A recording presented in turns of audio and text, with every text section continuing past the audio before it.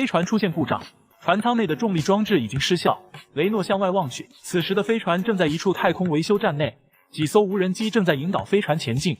雷诺唤醒了薇恩，但不知有意还是无意，两人竟然都忽略了旁边的小黑。雷诺赶紧调出导航记录，试图确认目前飞船所在的位置。但就在此时，舱门打开，3个身穿白色宇航服的人走了进来，而为首的竟然是雷诺的前女友海瑞甘。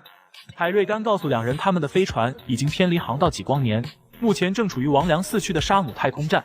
薇恩根本无法接受这一切，他刚要起身检查航线图，就觉得眼前一黑，晕了过去。海瑞甘说这是太空舱反应，薇恩被强制唤醒，应该是身体还未适应，只要将他放回太空舱休息一下就好了。眼前也没什么好办法，飞船需要修理，暂时也无法离开。幸运的是，在如此偏远的地方还能遇见老情人，接下来就是想办法找点乐子了。太空站的设施相当齐全。